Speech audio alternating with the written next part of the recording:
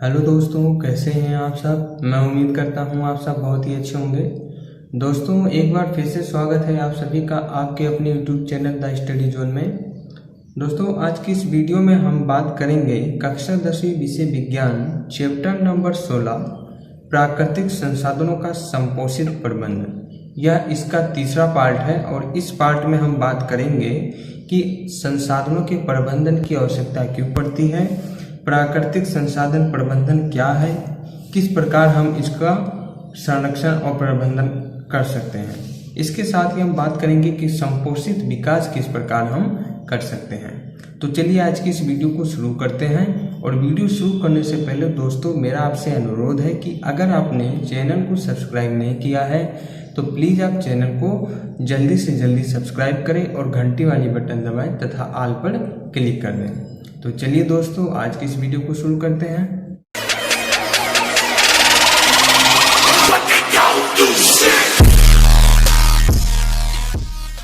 दोस्तों, आज का टॉपिक है हमारा संसाधनों के प्रबंधन की क्यों आवश्यकता होती है। जो प्रकृति में संसाधन उपलब्ध है, उन संसाधनों को उनका प्रबंधन, उनका संरक्षण आखिर क्यों किया जाए, इस टॉपिक के बारे में हम आज बात करेंगे। तो हमें हमारे संसाधनों का सावधानी पूर्वक प्रबंधन करना आवश्यक है, क्योंकि इसमें पहला पॉइंट है पृथ्वी पर संसाधनों सीमित हैं। पृथ्वी पर जो संसाधन हैं वे सीमित मात्रा में है एवं मानव जनसंख्या में तीव्र वृद्धि के कारण संसाधनों की मांग दिन प्रतिदिन क्या होती जा रही है, बढ़ती जा रही है। तो पहला पॉइंट यह है कि पृथ्वी पर संसाधन जो है वो सीमित मात्रा में उपलब्ध है और मानव जनसंख्या में तेज वृद्धि हो रही है। तो इस वृद्धि के कारण संसाधनों की जो मांग है वो दिन प्रतिदिन बढ़ती जा रही है। इस मांग को कम करने के लिए, इस मांग की आवश्यकताओं को पूरा करने के लिए हमें संसाधनों का प्रबंधन करना जरूरी है। दूसरा पॉइंट है कि प्राकृतिक संसाधनों का उचित प्रबंधन दीर्घकालिक महत्व पर विचार करता है। दीर्घकालिक महत्व पर विचार करता है कहने का अर्थ है कि भविष्य की आने वाली जो पीढ़ी है उनके बारे में यह विचार करता है। उनके बारे में सोचना पड़ता है कि प्राकृतिक संसाधनों का प्रबंधन इसलिए किया जाए ताकि जो आने वाली पीढ़ी है भविष्य की, उनको संसाधनों की पूर्ति हो सके, उनकी कमी न रहे। और अल्पकालिक लाभ के लिए उनके शोषण को पूर्णतः रोकता है। कि अल्पकालिक अर्थात उससे हमें कम मात्रा में लाभ ले सकें। हम कम मात्रा में लाभ लेंगे जब, तभी आने वाली पीढ़ी के लिए, भविष्य के लिए, वर्तमान के लिए, सभी के लिए संसाधन उपलब्ध रहेंगे, अगली पीढ़ी हेतु भी उपलब्ध रहे। ठीक है। तीसरा पॉइंट है संसाधनों का वितरण कुछ अमीर व शक्तिशाली लोगों के हाथ में न जाकर सभी के लिए समान होना चाहिए, जिससे क्या हो, संसाधन सभी के विकास में मदद कर सके। संसाधन जो है सभी के विकास में मदद कर सके, इसलिए हमें संसाधनों का वितरण जो है समान तरीके से करना है।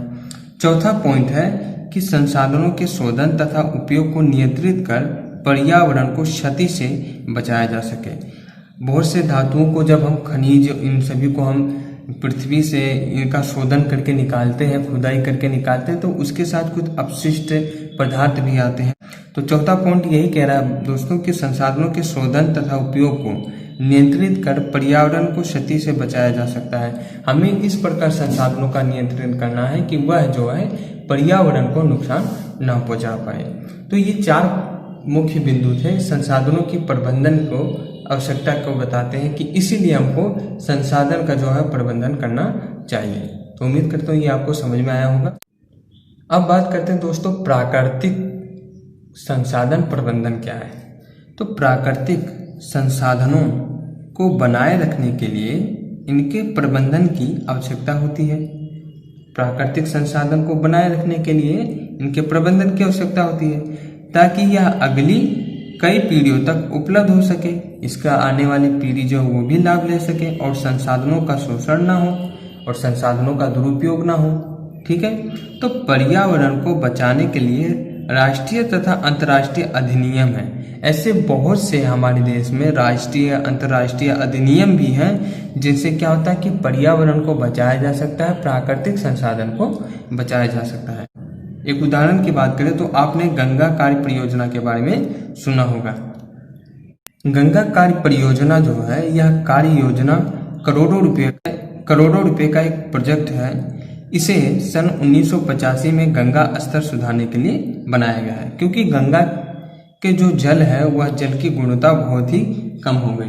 दोस्तों, गंगा नदी जो है यह हिमालय में स्थित उद्गम गंगोत्री से बंगाल की खाड़ी में गंगा सागर तक लगभग 2500 किलोमीटर की यात्रा तय करती है। इसके किनारे स्थित उत्तराखंड, उत्तर प्रदेश, बिहार तथा पश्चिम बंगाल के सबसे अधिक औद्योगिक कचरा, वाहित मल, घरेलू अपशिष्ट, रसायन, कीटनाशक आदि सब जो है वो गंगा नदी में प्रवाहित किया गया और यहाँ तक कि मृतकों की राखियाँ जो होती है उन सभी को गंगा नदी में प्रवाहित किया गया। इसके कारण इसका जो जल है वो प्रदूषित होने लगा, और जब जल प्रदूषित होने लगा तो इसमें जो जलीय जीव थे, मछलियाँ, ये सभी क्या हो गई, मर गई। तो इसे रोकने के लिए गंगा कार्य सफाई योजना सबसे पहले 1985 में तत्कालीन प्रधानमंत्री राजीव गांधी के द्वारा क्या किया गया, प्रारंभ किया गया। ठीक है, तो आपने गंगा परियोजना के बारे में और विस्तार से पढ़ा ही होगा।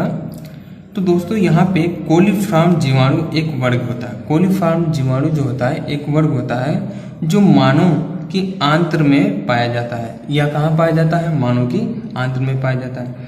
जब यह जल में इसकी उपस्थिति होती है, जब यह जल में उपस्थित होता है कोलीफॉर्म, तो इससे रोगजनित सूक्ष्म जीवाणु द्वारा जल संदूषित होना दर्शाता है। मतलब कहने का अर्थ है कि जो जीवाणु है कोलीफॉर्म, ये एक प्रकार का वर्ग है, इनका एक समूह होता है। तो ये मानव के क्या आंत्र में पाए जाते हैं। जब ये जल में उपस्थित होते हैं तो ये जल को क्या कर देते हैं, दूषित कर देते हैं। तो गंगा नदी का जो प्रदूषित होना है वो इसी कोलीफॉर्म जीवाणु के कारण ही दर्शाता है कि ये कोलीफॉर्म जीवाणु जो है गंगा नदी के जल को प्रदूषित कर दिए हैं। अगला टॉपिक है दोस्तों, संपोषित विकास क्या है। संपोषित विकास की संकल्पना मनुष्य की वर्तमान आवश्यकताओं की पूर्ति और विकास के साथ साथ भावी संतति के लिए संसाधनों का संरक्षण भी करती है। संपोषित विकास जो है यह एक प्रकार की संकल्पना है जो मनुष्य की वर्तमान आवश्यकताओं की पूर्ति और विकास के साथ साथ भावी संतति के लिए संसाधनों का क्या करती है, संरक्षण करती है, प्रबंधन करती है। संपोषित विकास के लिए निम्न बातों का ध्यान रखना चाहिए। पहला है इसमें दीर्घकालिक दृष्टिकोण, ताकि प्राकृतिक संसाधन जो है वो भावी पीढ़ियों तक उपलब्ध हो सके। दूसरा है इनका वितरण जो है सभी समूह में समान रूप से होना चाहिए। ऐसा नहीं है कि कुछ उच्च वर्ग के लोग हैं तो उनको अधिक संसाधन उपलब्ध हो और गरीब वर्ग के जो निम्न वर्ग के लोग हैं उनको कम संसाधन उपलब्ध हो। तो ना कि कुछ प्रभावशाली लोगों को ही इसका लाभ हो।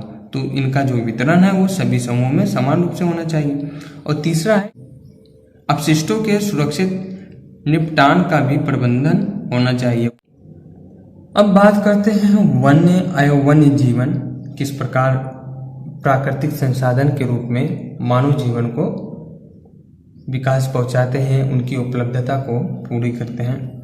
तो पहले हम बात करते हैं वन के बारे में। तो भूभाग पर प्राकृतिक रूप से स्वतः ही उगने एवं बढ़ने वाले पेड़ पादपों, वृक्षों एवं झाड़ियों के सघन आवरण को वन कहते हैं। वन क्या है, भूभाग पर प्राकृतिक रूप से स्वयं ही उगने वाला या बढ़ने वाला पेड़ पादप, वृक्ष, झाड़ियां, इनका जो समूह है, इनका जो आवरण है, इसे हम क्या कहते हैं, वन कहते हैं। वनों की आर्थिक व पर्यावरणीय उपयोगिता के कारण ही इन्हें संसाधन माना जाता है और ये वन जो है संसाधन है। ठीक है, वन जैव विविधता के तप्त स्थल है और जैव विविधता को संरक्षित रखना प्राकृतिक संरक्षण के प्रमुख उद्देश्यों में से एक है, क्योंकि विविधता के नष्ट होने से पारिस्थितिकी अस्तित्व नष्ट हो सकता है। तो दोस्तों कहने का अर्थ यह है कि जो वन है वो मानव जाति के लिए, मनुष्य के लिए एक प्रकार के संसाधन का कार्य करते हैं। अब बात करते हैं जैव विविधता क्या है। तो जैव विविधता किसी क्षेत्र में पाई जाने वाली विविध स्पीसीज की संख्या है। जैव विविधता जो है किसी विशेष क्षेत्र में, कई विशेष क्षेत्र में पाई जाने वाली विविध स्पीसीज की संख्या, जैसे पुष्पी पादप, पक्षी, कीट, सरीसृप, जीवाणु आदि, ये जो है ये कहीं विशेष क्षेत्र में पाए जाते हैं। तो इनकी स्पीसीज संख्या जो है वो क्या कहलाती है? जैव विविधता कहलाती है। तप्त स्थल की बात करें तो ऐसा क्षेत्र जहां अनेक प्रकार की संपदा पाई जाती है उसे हम क्या कहते हैं?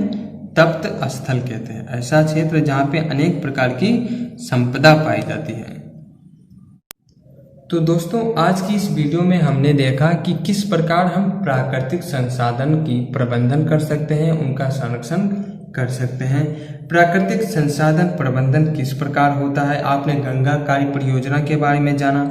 यहाँ पर ये भी जाना कि संपोषित विकास हम किस प्रकार कर सकते हैं संसाधनों का।